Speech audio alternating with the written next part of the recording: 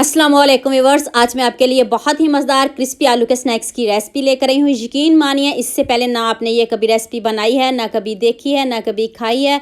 तो step by step एक एक चीज़ बताऊंगी। वीडियो को तो आपने स्किप बिल्कुल भी नहीं करना। इस स्नैक्स में आपको जिंगर का फ्लेवर मिलेगा। इतने मज़े के ये स्नैक्स बने हैं, जब आप एक मरतबा बनाओगे ना तो आप इसको बनाते ही रहोगे। चैलेंज के साथ कहती हूँ।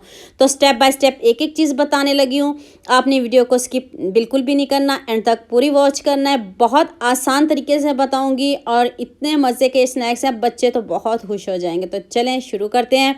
इस तरह आपने 2 आलू ले लेने हैं, बड़े साइज़ में ले लीजिएगा। और कटिंग आपने ध्यान से देखनी है। इस तरह आपने स्लाइस में कट करना है, लंबाई में कट करते जाना है। जल्दी जल्दी से इसको कट कर लेते हैं। जितनी देर में इसको कट कर ली हूँ, सोच के रहे हो जल्दी से मेरे चैनल को सब्सक्राइब कर लो, साथ में बेल आइकन का बटन प्रेस कर लो ताकि कोई भी न्यू वीडियो आपसे मिस ना हो। अगर आपने मेरे से कोई बात पूछनी हो तो यूट्यूब पे मुझे कमेंट किया करो। अगर मेरी न्यूज़ रेसिपीज़ देखना चाहते हो तो यूट्यूब पे मुझे किचन विद बसम के नाम से सर्च करें। ये देखें, मैंने सारे स्लाइस में कट कर लिए हैं। अब इसकी कटिंग ध्यान से देखने वाली है। इस तरह मैं इसके छोटे छोटे कट लगाऊंगी। इसको एक पत्ते की शेप भी आ जाएगी। इसके देखिए इतने फ़ायदे हैं। एक इसकी डिज़ाइनिंग बन जाएगी, एक लुक अच्छी आ जाएगी, और दूसरा खाने में भी इजी रहेगा। हर बाइट आप जैसे मर्जी इसको छोटे छोटे पीस में तोड़ के खाएं, जैसे मर्जी खाएं।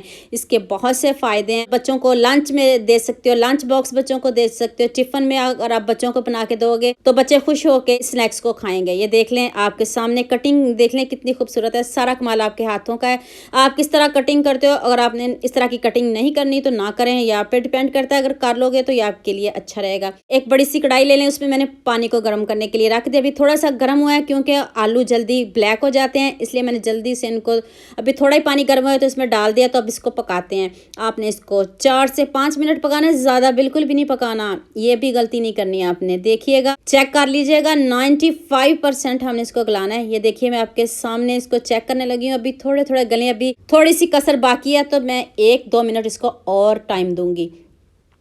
तो ये देखें कितने अच्छे से ये पक चुके हैं और 95% पके हैं। इतने भी नहीं पकाने के आपके जो ये स्नैक्स हैं इसी पानी में टूटना शुरू हो जाएं। इस बात को भी आपने जहन में रखना। ये छोटी छोटी ट्रिक है, इसको फॉलो किया करें, ये आपके काम आएगी। तो चलें जी, अब आपने इसको, ये देखें पंखे के नीचे मैंने इसको ठंडा किया है। ठंडा कर लेना। ये देखें, ठंडा करके फैला के आपने ये किसी टिश्यू पेपर पे रख के इसको ठंडा करके, जब ये ठंडे हो जाए इनका पानी आपने खुश्क करना है। अब थोड़ा सा मैदा लेना है, इसके ऊपर ऐसे आपने छान देना है। छान के आपने स्प्रेड करना है, और वैसे आप हैंड से भी स्प्रेड कर सकते हो। अगर छान लोगे तो सारा, ये देखिए सारे स्नैक्स के ऊपर कितने अच्छे से ये फैल रहा है।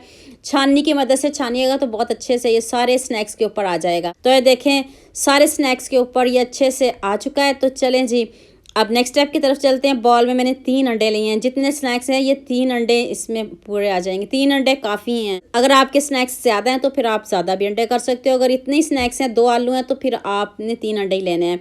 1 टीस्पून नमक ऐड कर दें, 1 टीस्पून ही चाट मसाला ऐड किया, और 1 टीस्पून ही मैंने इसमें चिली फ्लेक्स ऐड किया है। अब जो सारे स्पाइसेस हैं हम इन अंडों में शामिल करेंगे। देखिए, जो हमने मैदे की इसके ऊपर कोटिंग की, इस पर हमने कुछ नहीं किया। और नेक्स्ट एक प्लेट लें, उसमें मैदा डाल लें। अब मैंने इसमें 2 चम्मच चिकन पाउडर के ऐड किए हैं। इससे आपको ब्रोस्ट का फ्लेवर मिलेगा, जायका बढ़िया आएगा। स्किप ना कीजिएगा। ये इजीली हर दुकान से मिल जाता है, हर मार्केट से मिल जाता है। इसको ज़रूर आप ऐड कीजिएगा। तो चलें, एक स्नैक्स पकड़ें। अब आपने इसको अंडे में डीप करना है। अंडे में डिप करने के बाद आपने दोबारा से इसकी मैदे से कोटिंग करनी है। देखिए 2 मरतबा इसकी कोटिंग हो गई है ना। सबसे पहले भी हमने इसकी कोटिंग की है, और अब ये इसके क्रम्स बनेंगे। यकीन मानिए, चेक कर लीजिएगा खुद। कोई मैं एडिटिंग नहीं कर रही, आपको लाइव दिखा रही हूँ। खुद आप चेक करिएगा कितने अच्छे इसके क्रम्स बने हैं। क्यों क्रम्स बने हैं? ये कटिंग की वजह से बने हैं। जो हमने इसके कट लगाए हैं, ये इसको जो पत्ते की शेप दिया है, इसकी वजह से ये देखिए इसके क्रम्स कितने अच्छे बन गए हैं। ऐसे लगेगा जैसे आप ब्रोस्ट ही खा रहे हो।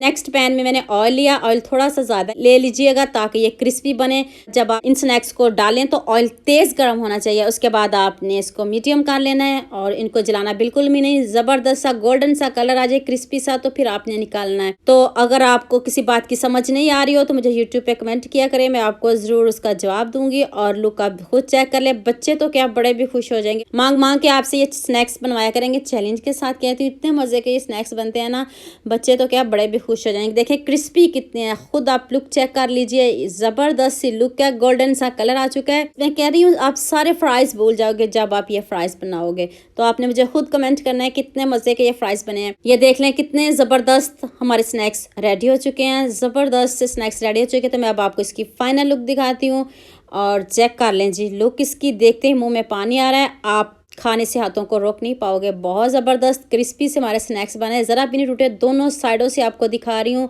कोई भी हमारा स्नैक्स टूटा नहीं है और ऐसे लग रहा है जैसे हमने कोई जिंगर बनाया हो, जिंगर लग रहा है सेम। तो बस है इसमें सिर्फ आलू। तो उम्मीद करती हूँ आज की वीडियो आपको लास्ट में पसंद आएगी। लास्ट में लाइक करेंगे, लास्ट में शेयर करेंगे और लास्ट में सब्सक्राइब करेंगे। दुआ में याद रखिएगा। अल्लाह हाफिज़।